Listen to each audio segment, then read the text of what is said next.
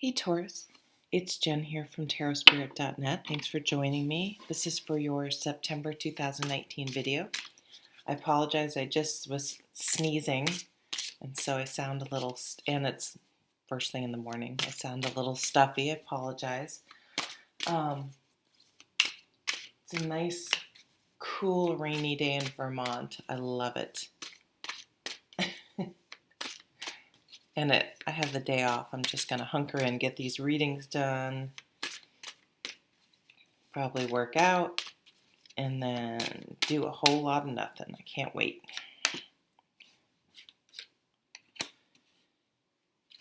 So let's see what's going on for September. I forgot to look at I think there's a full moon in Pisces, and the new moon we just passed. Sorry.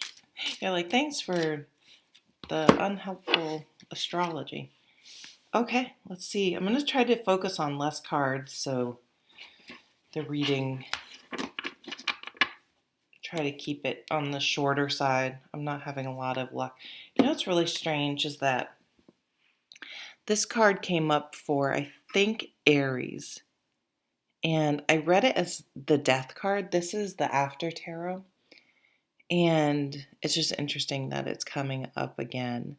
So at the bottom of the deck, the Four of Pentacles is a card that, like all cards, there's sort of a plus or minus, light or dark,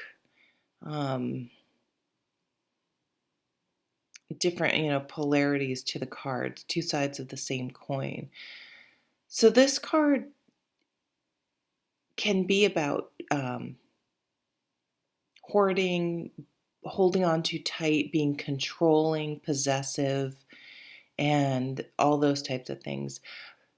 On the flip side, it can also be about boundaries and learning to have boundaries and learning to, obviously this person's boundaries are way too strong, which means, and his priorities are screwed up because he's focused on material wealth and he's out here all by himself. Like he's gonna die, because this just looked like the death, with his money. Like that's all he cares about. He will die for his money. And so if he doesn't want a family or human interaction, I guess that's fine. But if he were to have a family, that would be too strong of boundaries. Now, on the other hand, it can be for people, and being at the bottom of the deck, this is sort of coming up, people who don't have strong enough boundaries and allow people to disrespect them. And sometimes people don't know, and boundaries are tricky. Like I have a friend who will set a boundary when it sort of hurts my feelings, because I'm like, I haven't done that, would never do that. You know what I mean? But I just let it go, because I'm like, hey, she's telling you ahead of time that this is something that's important to her, that bothers you. So I've learned to really respect that and sort of let go of my ego and not feel so bruised. She's also the one that will be like, if I rarely talk to her on the phone, but when I do, she's like, don't eat anything, because she has misophonia. I'm like, okay. So I'm like afraid to go out to dinner with her, honestly. But anyway, a little aside. So some boundaries. We have the Two of Wands. The Two of Wands for me is, we only have a certain amount of energy. I mean, as human beings, we have to rest, we have to eat, we have to sleep. And we can't just go nonstop all the time. And so the Two of Wands asks you where to make a decision, maybe in some aspects of our life. Are you feeling worn out, that you're running in too many directions? Where are you going to put your energy? And it's a good idea to look at like boundaries. Are you taking on other people's responsibilities and exhausting yourself and not leaving time for things that you really love to do, or you just don't have the energy when you do have time to like spend with your family? Are you exhausted from your day? and doing other things that don't match up with what's important to you. Let's get some other cards here. Oh, definitely a decision for you guys, Taurus. So this is about decision about energy. This is a decision in your mind. And when the swords come out, I feel like they want you to cut away all the um, when we're in situations, we always have this whole backstory we've filled in that probably most likely isn't part of the situation. It's based on our own experiences and all sorts of other stuff. And the best way they're going to say to make a decision is to go within and try to be objective about the situation and to release your biases and thoughts about it and look at the facts.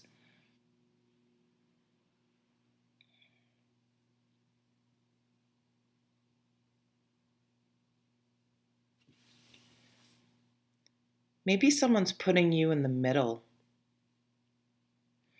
And I feel like that's something where these boundaries would be important and just be like, hey, no, you're not getting me in the middle of this. And it may piss them off.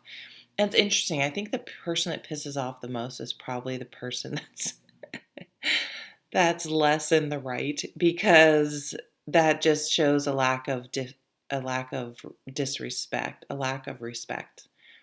Um, that you know what I mean? That they want to control and try to force you into seeing their side or whatever. Let's see what else is going on here. Could be a disagreement in a marriage. But this could also be completely unrelated and just be a party, a celebration, an important milestone in life, which can be all sorts of things. Moving in with someone, starting your first real job, getting a promotion, retiring, anniversaries, getting married, getting engaged, having a baby, your kids going off to college, any big milestone. So it could, I mean, you guys could go to um, a party and like a fight could break out there, or like not like a fist fight, but let's see what this last card is. The Eight of Cups. Yeah, it's making a decision. I mean, some of you really, I mean, if you want to read these in a more Lenormand style, to me, let's see, it's kind of backwards. It should go like this. Trying to think of how it would be. Oh, sorry, everything's backwards in the like mirror image, and it gets me confused. It would be like you need to make a decision with this guy. Maybe there's two guys, and you're not sure which one, but you need to make a decision. It does impact a marriage, a home, someone you live with, maybe. And in the end, you decide to walk away. That would be how you would read it in a Lenormand type spread, where you just literally go. Funny, these came out backwards. But this is how much time are you going to put into a relationship with a person that's disrespectful or doesn't respect your boundaries? And those people tend to have zero boundaries. They tend to have the strongest boundaries themselves, but completely disregard other people's boundaries. And they're probably, tend to be more on the narcissistic side too. A spectrum. Narcissism is probably a spectrum, but you're not fixing or changing, or those people. That's sort of hardwired into. Usually, it's something. I'm not an expert. There are tons of things on YouTube, but it's usually some decision they made early on, based on events in their childhood that are now hardwired in, and you're not going to fix them, and they are going to continue to be abusive. And you're just going to put all your time and energy, here we go, into a person who's never going to get it. They're never going to reciprocate. It's so that's just for a small amount of you. Let's pull some clarifiers, shall we? Which I never usually do in my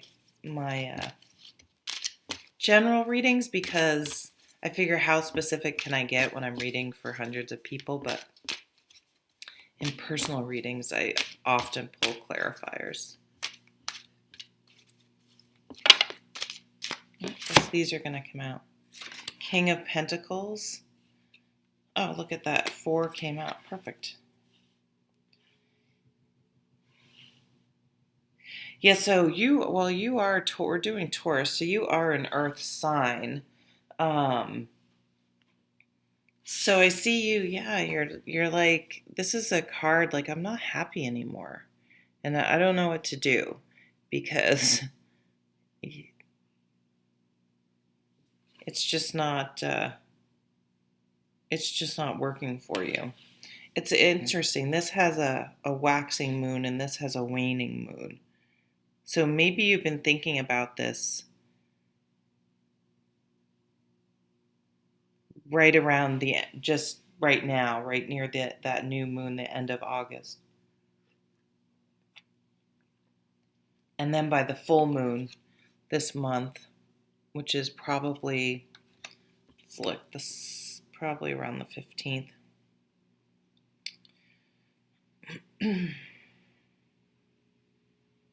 Where's that app?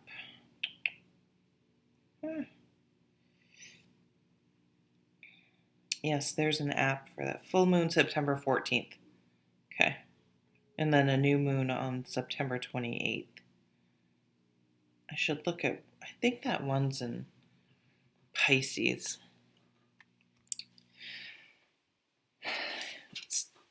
It's time to be the leader in your own life, to make the decisions that are best for you. You're the one that has to live with the consequences of any decision you make. So you just have to understand that you may not please everyone, and that's okay. You can't please everyone, and it's your life, and you have to do what's best for you. Because if you go around making decisions that please other people, when they don't work out, let me tell you, this person we've been talking about, they're going to be like, psh, hey, you didn't have to do what I said. I mean, they are not going to step up ever and take responsibility and say, oh, you're right, I sort of forced you into that, I manipulated you into that. No, they're not going to do that. But then after you've sort of sorted this situation out, and under the 8 of Cups, when you've walked away, you allow this new earth energy, this grounded person to come in slowly. That's another red flag, is that someone, a big red flag in relationships is someone that wants, they're not necessarily going to be faithful, but they want a commitment from you right off. Like, they want to move in quickly. They just like almost instantly act like your boyfriend, girlfriend. Like, I had someone who gave me a clicker to his garage, like after the second date. And I do remember, and I didn't listen to the red flags, and boy, do I wish I did. I remember thinking, that was weird. Like, that was kind of fast. I don't know. But it's kind of refreshing, because if a lot of times guys are less, well, especially when I was younger, at least, less likely to want to commit. So it was kind of like, oh, that's nice, but it was a red flag. So someone that's gonna, it's like you're gonna go the next time around, your relationships. So of course, if you're happily married, this could be a work situation, someone else in your sphere of influence that you need to move on from. Could be a family member that you need to, distance yourself from. but it's going to take a more traditional path, and that doesn't mean like you can't live together until you're married. It doesn't mean that, but it means taking it slow, getting to know each other first, those types of things. um, which is really nice. I think I'm getting old though.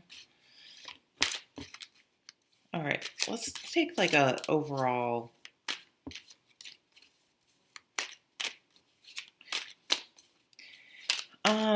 This just came to me, being the fixed sign that you are, Taurus.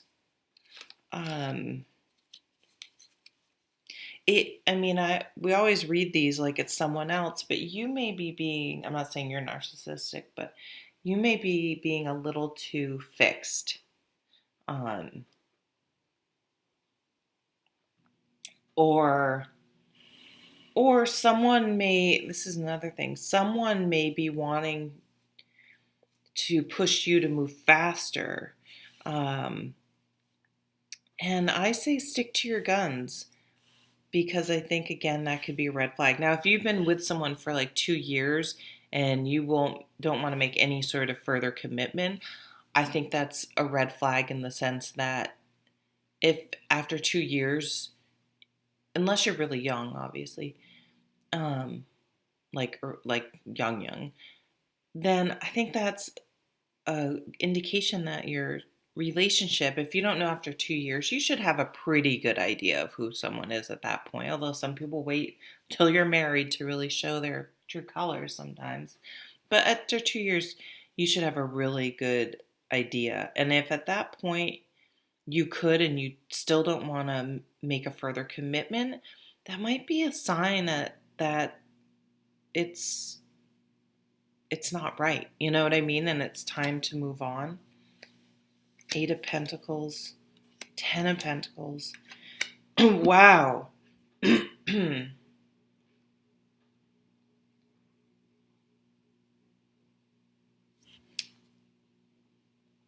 Moving. So six. I'm glad I looked at the bottom because that helped.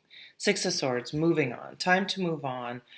And the next person you meet, okay, this Knight of Pentacles, I think it's going to be another Earth sign.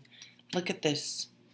They're going to support you in your dreams and what you love to do. They're going to be respectful of you. You're going to build a family legacy with this person. They're a family person. They want to go the distance. They want to take care of you and help you and nurture you. And there isn't going to be any, there's going to be none of this. Like, do they like me? Do they not like me? Do they want, none of these sort of red flags and games where they're being disrespectful and all that stuff. And then it's like the happy family card. So of course the happy family card is whatever you want. I mean, you may never want to get married. So don't date someone that wants to get married, because it's, that it's going to come to a head, right? But if you find that person where you're on the same page, you've had these conversations fairly early on about what you want, and if you guys, moving forward, whatever it is you've decided you both want, and again, that could be whatever that is to you. It may not involve children, it may not involve marriage, who knows, but whatever that works out, that's where you're going to end up. So I would say, if you're trying to make a decision on a relationship this month and there have been any red flags, or if you're really struggling, I guess the fact that you're really struggling, to me, is a sign that, you shouldn't be trying to struggle and make a decision if you were happy, right? If things were going well. So I think that in and of itself, if you're struggling with a decision that much, should be an indication that maybe it is definitely time to move on. And again, this could be in a work situation, because this is breaking off and maybe you have a side business that's really starting to take off. This is definitely saying to go for that. It's something you love to do. It doesn't even feel like work to you. Okay, Taurus. Well, thanks for so much for. I'm trying to have shorter videos and they're longer. Thank you for watching, and I'll see you at the next video. Take care.